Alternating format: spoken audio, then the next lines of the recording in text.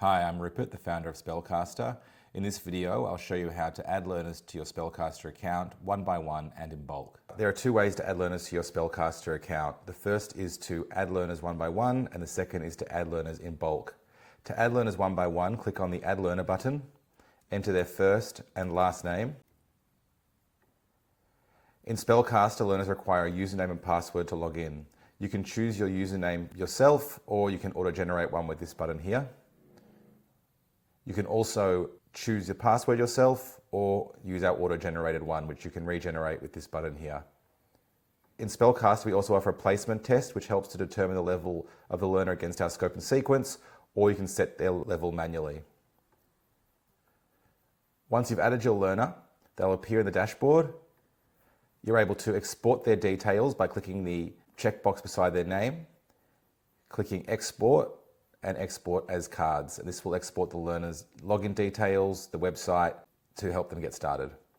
You can also manage your learners by clicking on the learner row and entering the individual learner's surface, clicking settings where you can adjust their name, username, password, and any in-game settings you would like. If you're looking to add multiple learners at once, you can use the Bulk Add Learners feature. Simply click Bulk Add Learners on the dashboard. From this surface, you're able to manually add in a number of learners via our user interface here.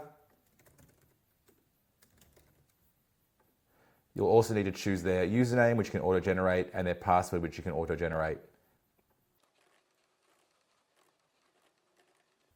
You're then able to choose whether you want these learners to have a placement test assigned to them or set their level manually from the dashboard, and then click Add Learners,